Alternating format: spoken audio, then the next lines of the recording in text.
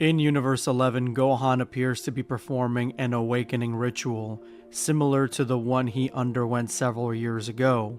However, this one seems markedly more introspective and conscientious than the previous one. Will Gohan emerge completely transformed from the experience? Amaron, the Venerable Heir, had read Doula's memories and put his finger on the wonder he felt towards Salaga. He understood much later that Amaron had sent Salaga to meet him because Doula could never have refused a proposal from the person he admired the most. The opportunistic nature of the Venerable Heir led him to play on Doula's feelings, using them against him to win his devotion. Doula was equally quick to understand this, but he didn't attach any importance to it since their respective objectives were so closely aligned. Indeed, Doula and the others shared a common vocation, glory, certainly on different scales, and it was by moving forward with such prestigious people that he convinced himself he couldn't dream of anything better. The echo of his name spread and merged with that of the magicians he admired. Salaga had always considered Doula to be his equal, so he was learning to do the same and to see him as his most loyal companion. Then the Venerable Heir's efforts bore fruit and brought them closer to the highest authorities in Universe 14, and that, which poor demons could boast that? Have I left my mark on my era as Salaga did many centuries before? Doula wondered, on the threshold of the final death knell of his life. Doula saw himself as a banal entity, moving through the darkness. But paradoxically, his deepest wish was not to end up in oblivion, to be at the center of the cosmos' brightest light. And with that, we not only get more information on the Venerable Heir and his entourage, but we get more information on Doula, who right now is unleashing all his power to face off against a mastered Super Saiyan Broly. He unleashes his secret technique, Pack de la Mort, unleashing his inner power, unleashing an inner demon. But what is going to happen once it is fully loaded and let out? His energy is concentrated in a single point. He's not gonna. Salaga, Venerable Heir, thank you too for making my life so exciting. You really want to end your life?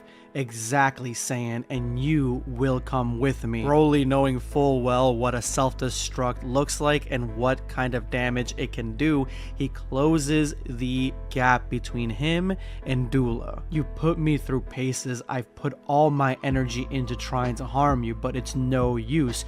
You're much too strong.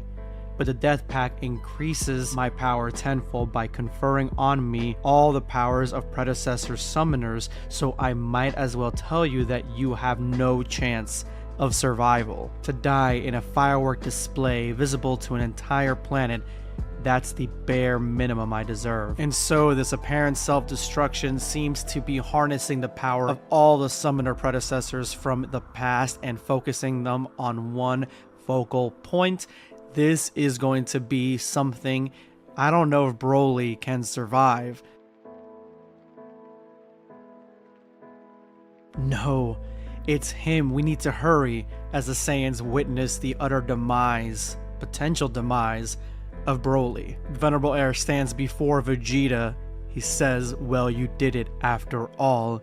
What? Broly! If you ask me, your friend had to give up the ghost, that explosion. I'm not sure I could resist it myself. This is coming from the Venerable Heir, the potential god of destruction. Broly, you're mad. And as Broly takes the full impact of a technique that even a god of destruction isn't sure they could survive, he thinks of only one person. Jilai.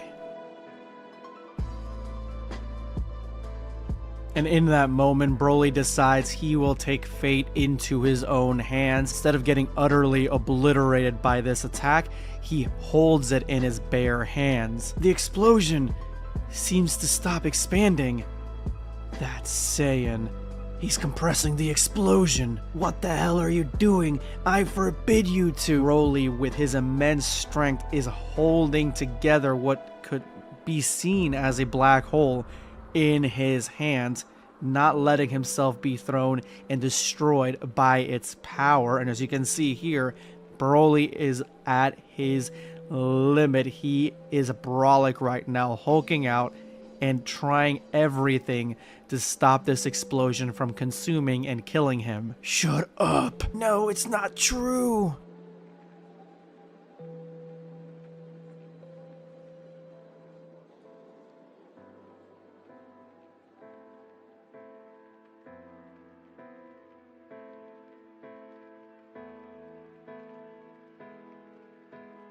Well done, my friend. You saved us all. You can be proud of yourself.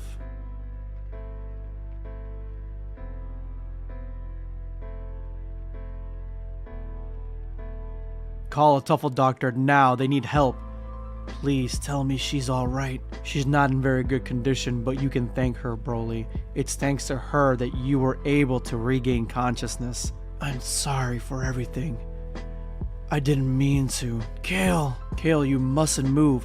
You're in no condition. Broly, it's not your fault. I know, but move, Broly! After seeing the destruction of his loyal servant, someone who's been with him for years, a great summoner and magician, just utterly be destroyed by his own attack, failing to destroy the Saiyan he was attacking, the Venerable Heir has had enough and attacks Broly while he is down in his blind spot, and the only one that has come to his aid and to save him is Vegeta. Vegeta blocks and the chain narrowly misses Broly, only cutting his arm, smashing into the rock, destroying everything. Vegeta has saved Broly from the sneak attack, and the Venerable Heir himself is now all alone without any allies and completely unshaken by the demise of his friends. As far-sighted as I may be, I must admit, I never thought for a second that my subordinates would die today. And they did, so my sincere congratulations. Spare us your pretty words. Your wife's safe, my dear Vegeta. That's what matters, isn't it? I was so focused on him that I hadn't felt her ki reappear. What a relief. So nothing seems to be going according to plan after all, god of destruction? Please don't think your victory is a foregone conclusion. I won't let you go, Vegeta. I asked you to show me your maximum power, and you didn't obey. Yet I've seen it in your recent memories, that power. But now, I've lost patience. Watch out! Death to all Saiyans. What? No, my comrades.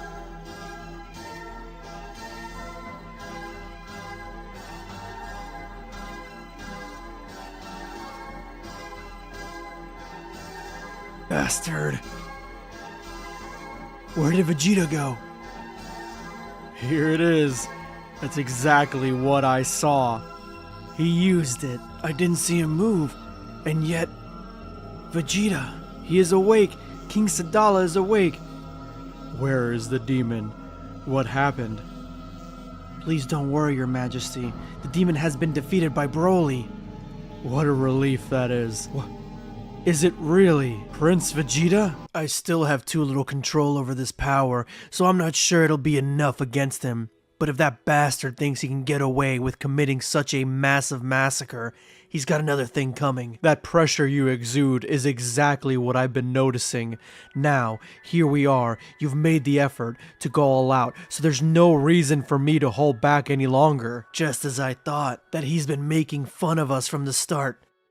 It's the one who shows the greatest foresight who emerges victorious in the end. But as the heir attacks Vegeta, Vegeta easily maneuvers out of the way. And his movements are guided by this premonition that is maneuvering out of the way from the heir's blows. This is absolutely Ultra Instinct. His movements, his aura, and that calm. Vegeta strikes. My ki barrier ergomatically absorbs blows, so he won't be getting past my defense today. He's not moving anymore. As Vegeta pauses for a second and he is seeking every single possibility to get past this shield, and he found a flaw. Vegeta strikes the air as a black mass emerges behind, reaching for Vegeta, yelling destruction.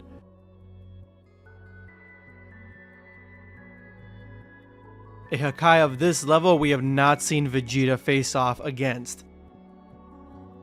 But what's the point of this power? It's incomprehensible. But Vegeta narrowly misses the Hakai with the power of Ultra Instinct. He's able to maneuver out of the way, and it looks like this type of Ultra Instinct is actually just calculating all the odds of certain decisions and giving Vegeta the best shot at avoiding the worst ones. He seems to be able to move this destructive technique in the same way as Lord Beerus, or the guy from the Tournament of Power. Haha, you've already faced this kind of attack. Am I wrong? No, I'm not wrong. I'm never wrong.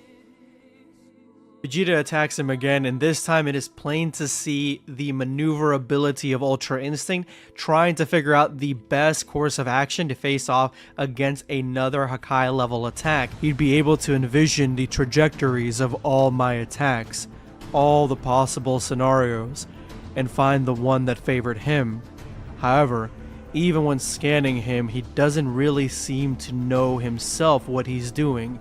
He hasn't mastered anything at all, and is forced to pause to think of all the possible courses of action. That's the flaw. I have to multiply the possible options so that it doesn't take him too long to spot my flaw. During this time when he's vulnerable and searching, I can hit him with my blows. It's like playing a real poker game, and so now is the perfect time. And with the heir's calculations, he's able to strike Vegeta through the power of Ultra Instinct, dead in the chest. This power, when not mastered, is full of flaws, but you're still far too dangerous. It's not this simple sequence that should take you down. So go ahead, attack me. Too slow. Come on, Vegeta, give it your all. It's the fight of your life as he destroys more and more Saiyans. This demon is slaughtering our people before our very eyes, and we're here, powerless, miserable. I am miserable. I can only count on you, Vegeta. The emptiness and the pain inside me are indescribable. Son of a... Yes, voila. Do you see what you're forcing me to do to make you obey me? And as Vegeta comes in with a kick, he quickly maneuvers to a top-down kick. Crap. Well played. Cash it in, asshole. And as Vegeta narrowly misses a blast directly to his face, each of your strokes is so precise, so impactful. You've made me lose a lot of strength. It's true, but I'm not going to complain. On the other hand, the time you take to concentrate on your technique before each of your rushes towards me is so important that you can't necessarily take the risk every time, given what I've just done. Let's get down to the facts. And yet with this power, you ventured onto the territory of the gods, and you're going to die by my hand. The irony has come full circle. Your body's screaming at you to stop. Blood's coming out of every direction, and you're the one in a weak position, god of destruction. Do you think so? And from what I can only describe a scene from the worst horror anime you've ever seen, the Venerable Heir uses his technique and magnetically withdraws every single Saiyan into one giant ball. And Vegeta, just like all of us, are truly shocked in horror. What the hell? Stop! Leaving himself open, Vegeta gets hit with the Venerable Heir's weapon. Come over here. No, you're my prey. Vegeta pulling in the air straight to him to lash out with the exact same attack that the air tried to catch him with seconds earlier. It seems to me that the power of this Kiko was not up to the level of the last 10 minutes. You can't take it anymore. And Vegeta has relinquished Ultra Instinct. With a mortal wound to his arm, he looks like he's out of commission. You're all safe and sound. I can't move. My body's so heavy. Kale's still lying unconscious. Vegeta used a mysterious power, but he hadn't yet mastered it 100%. The backlash was terrible. With that, it looks like this fight is finally over. Vegeta's power is completely gone, and the heir is the only one left standing, technically. Aren't all your bandages enough? You want me to add some medical dressing? You coward. Attack people who are still fit to fight. Caulifla screams, trying to save Vegeta. You really surprised me, Vegeta. But as I've seen, this victory was mine all along. Shut your damn mouth. Don't worry, you'll get yours. But it seems like the Venerable Heir finally realizes that Vegeta is out to pasture. There really is no more fight left in the Prince of All Saiyans, and this match is completely over. There is no one left to protect Planet Sadala. It would be so easy for me to kill you, but... Observe, Vegeta. I'll take your henchmen like you took mine. Showcasing that the Venerable Heir is still extremely upset, extremely salty as the fact that all his disciples, everyone he brought to this planet, is dead. He did not come out of Planet Sadala unscathed. Damn it, I'm your opponent, so bring it on! Bring it on! Look at you. You can't move and you keep opening it. With Vegeta down, they have very few options, and the King of Planet Sadala gives his final order to the vast array of Saiyans that are left, the survivors of the attacks from earlier. He tells them that they are to protect Planet Sadala with their life, meaning that they are to attack the Venerable Heir, this rogue god of destruction, as their last act of protecting the planet. And I love this. The king says you will never understand, even at death's door. Saiyans will keep on fighting. That's the pride of our people. And then the Venerable Heir says, what an honor. Will you give it your all? I can't wait. He does like the little salute from Attack on Titan. I love it. So this seems to be the final climax of this arc. The entire Saiyan populace versus the Venerable Heir, as he is greatly damaged. But how much can they actually do against this guy? He just beat Ultra Instinct Vegeta, and he has defeated everyone up until this point. So he has literally gone through the Saiyans, and I'm hoping that this is the beginning of some sort of resurgence arc for the Saiyan survivors, where they all either go into new transformations, they all go into Super Saiyan God, all become Super Saiyans. Something important needs to come from this arc, because in my opinion this has been a huge sidetrack to the original story, a welcome one, but still it feels like it's a huge sidetrack, and I'm hoping that this actually connects to that original story of the gods coming back and Goku being caught up. And as always, Vegeta has no faith in these guys. He's like, tell them to run away, but like, where are they going to go, Vegeta? They can't go anywhere. He can destroy the entire planet if he really wanted to, relatively easily, so they can't really do anything besides fight, and that's what Saiyans do. So honestly, this kind of writing right here is a little bit upsetting to me, because Vegeta being the king, the prince of all Saiyans, and all this stuff, even though he understands that, you know, the Venerable Heir is extremely powerful, Vegeta up to this point should also understand the pride of the Saiyans, although there is no granola arc prior to this where he kind of relearns that lesson, so maybe he hasn't learned it yet. I'm sorry to remind you, but this is our home, Mr. Vegeta. We're not going anywhere. You're all going to die. You're no match for him. In that case, hurry up and get over it. Great, Cabba. Come on, come on, Cabba. Two hands. Applause. Vegeta, you could do better, man. You need to be written better. I can't stand this, like, whiny Vegeta, the way that he's portrayed. I can't stand it in this. I can't stand it when he was in the Dragon Ball manga doing it. I'm glad that granola arc happened, because that's the best thing to happen, where Vegeta shouldn't be like that anymore.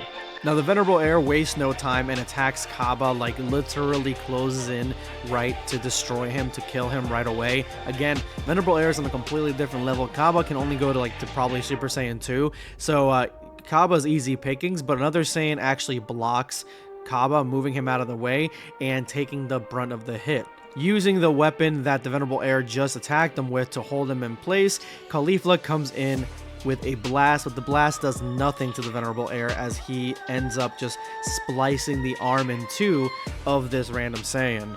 But this is the great war for Saiyan salvation here. This is the last stand of all the Saiyans in Universe 6 as they all come in to attack the Venerable Heir all at once. It's a complete what if, like all the Saiyans decided to attack Beerus all at once, like every single Saiyan in existence. Honestly, it wouldn't really matter with how powerful these guys are, but again, the Venerable Heir has been weakened to an extent, but it'll be surprising to see if he could be overwhelmed by the Saiyans at all, to be honest with you. But it all starts playing out exactly as I predicted it, and Vegeta predicted it, as the Venerable Heir is able to dodge and really kind of put down Cabba relatively easily, still tanking hits and blasts from Caulifla, even when the stronger of the Saiyan lieutenants comes in for the attack, who is missing an arm. The Venerable Heir decides to use a technique that he has not used up to this point. I'm assuming just to kind of reserve strength and energy because he has been fighting for so long. He uses Destruction on this Saiyan and he starts evaporating. He still has that in his wheelhouse. It is a possibility that he could use Destruction, he could use Hakai on the entire Saiyan populace. Seeing this destruction, Cabba jumps in again, and honestly, the entire focus on Cabba is either going to be for Cabba to transform into something beyond what he is now, or for him and his death to mean something to Vegeta, where Vegeta will transform. Either way, Cabba stands no chance, and as the Venerable Heir attempts to do Hakai again, though, Hakai lands on Cabba's vest, and Cabba just kind of throws it off, and I guess that's how Hakai works. Now, with this diversion, Cabba is able to land a punch, it seems, right into the Venerable Heir, and it looks like it may have done a little bit of damage, but since he is telepathically able to essentially move these chains around, he actually punches Cabba in the chest as the knife comes through his neck. Viewer discretion is advised for my younger audience, but this knife, this attack, this double whammy, I mean, it's a really cool transition. You can see that he is going from Super Saiyan back to base because he is, in all terms and purposes, probably dead after this brutal combo, because his heart is literally in the Venerable Heir's hands and it's still beating, and it looks like this is the end for Cabba. So this is a shorter chapter than most. I'm hoping 110% that this is actually leading towards something specifically with Vegeta. I don't think Cabba's surviving any of this, but I'm hoping that the sacrifice from Cabba is something that either gives Vegeta a new transformation or makes every Saiyan transform all at once to see the death of Cabba and they all go Super Saiyan. Either way, it's going to be tough to believe that Super Saiyans can, even like 1,000 of them, can defeat the Venerable Heir. I mean, defeating a God of Destruction is a completely different level, so I'm wondering what's going to happen there, and what's going to happen once inevitably the Venerable Heir is defeated. Is this going to go back to the original the original plan, the original storyline, or have we diverted from that and we're kind of like going off into our own little side missions? But anyway, that's going to be it for the new chapter of Dragon Ball Kakumei. Let me know what you guys thought in the comment section below. Take it easy, guys. Subscribe for more content.